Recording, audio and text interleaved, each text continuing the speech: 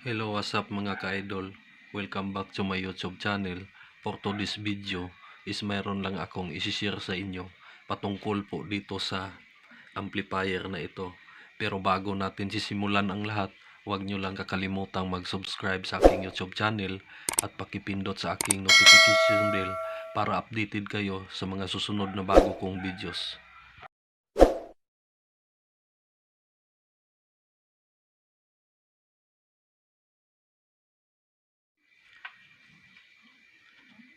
So ito na yung booster amplifier natin mga ka-idol.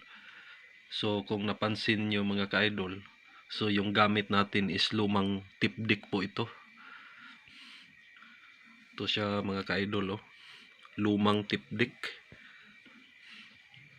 So yung brand niya, yung pangalan niya is Sakura.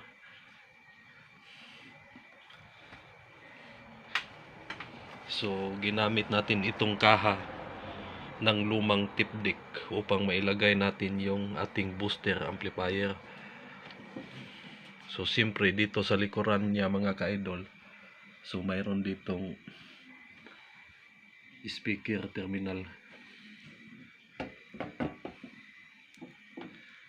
Actually mga ka-idol, ginagamit ito sa pang bass guitar, itong booster amplifier na ito.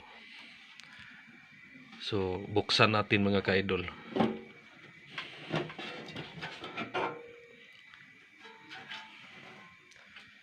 So yan ang laman niya mga ka-idol. So itong malapad na board dito mga ka-idol, so yun ang board ng tipdik. So hindi na natin ginamit ito, so nagiging palamuti na lang dyan. So ito yung ating output transformer 200 watts, saka ito yung kanyang input transformer.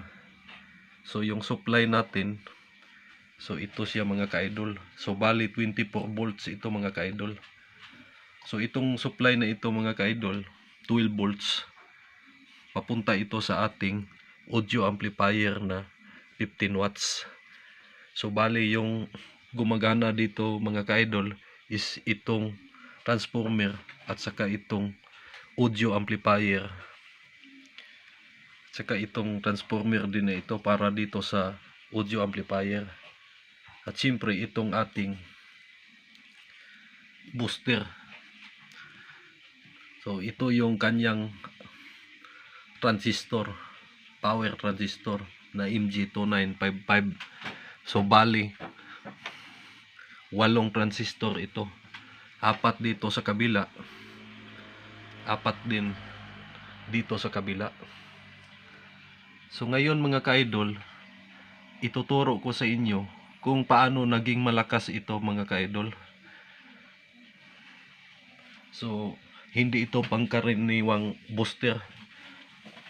So lapit lang tayo ng konti. Medyo malakas-lakas na ito talaga kasi yung ginamit natin dito, unang sikreto dito mga ka-idol, kaya ito malakas itong booster na amplifier ito mga ka-idol, kasi 24 volts itong kanyang supply papunta dito sa ating booster. 200 watts ito, mas lalo pang lalakas yung booster amplifier mga ka-idol kung malaki talaga yung output dito, tapos susuplayan natin ng malaki. Pero medyo malaki-laki na ito kasi 200 watts itong output transformer natin, tapos malaki pa yung supply natin 24 volts. So kaya siya tuluyang lumakas. Di siyempre pag malaki-laki na yung supply natin, so linakihan rin natin yung ating input transformer. Malaki-laki na rin itong input transformer na ito upang siguradong lalakas siya mga ka-idol. So yan ang sekreto natin. So itong supply na ito, gaya ng sinabi ko kanina, so supply lang ito papunta dito sa ating 12 volts na audio amplifier. So kailangan talaga na mayroon tayong audio amplifier upang gumana itong ating booster. Pampalakas lang itong booster. So yun ang sikreto sa booster mga ka-idol, kung paano siya palakasin. Kailangan malaki yung output transformer, tapos malaki yung input, ito mga ka-idol, tapos kailangan malaki yung supply niya. So dito mga ka-idol, hindi ko lang maipakita sa inyo yung number dito, itong 5 watts na resistor mga ka-idol, kasi nakatalikod ito. So yung value niya dito mga ka-idol is 10 ohms, 5 watts yung galing sa B plus niya, at saka dito sa kabila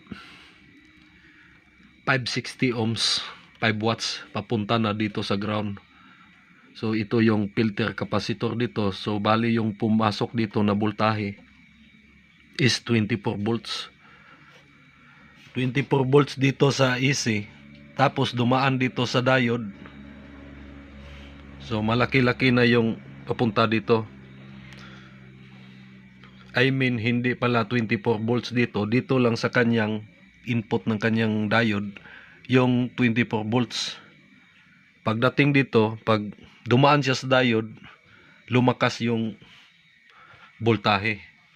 So sa katunayan dyan mga ka-idol, so susubukan natin kung gaano kalaki yung voltahe na niya. Kadalasan sa mga booster amplifier mga ka-idol is 12 volts lang.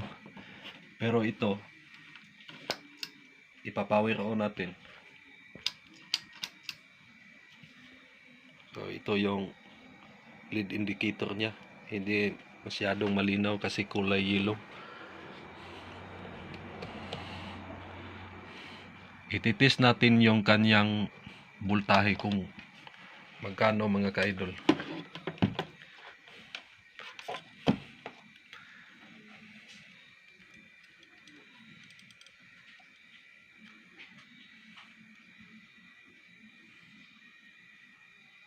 Almost 40.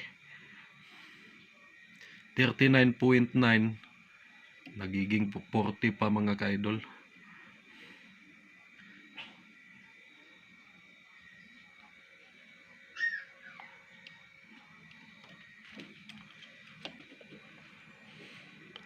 Grabe, napakalakas ng voltahe niya mga ka-idol. Gumagana siya mga ka-idol kasi iba yung bias natin dito. Kaya hindi bumigay yung ating mga output, yung ating mga power transistor, kasi nakakontrol dito mga ka-idol.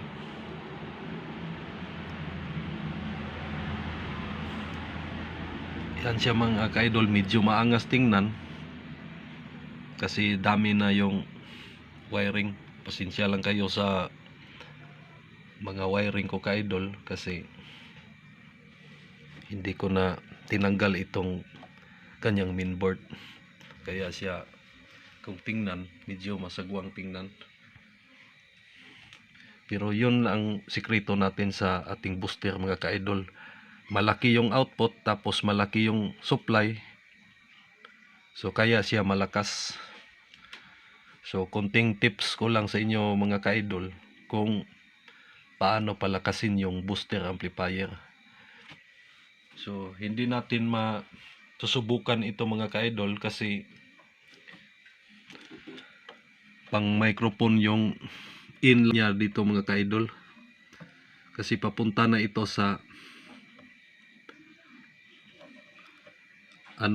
papunta sa bass guitar. Pero may audio siya mga ka-idol. Yan mga ka-idol, mayroon siyang audio. So okay siya talaga mga ka-idol. So yan lang ang maisishare ko sa inyo mga ka-idol patungkol po dito sa booster amplifier. So maraming salamat po sa lahat po na mga nanonood.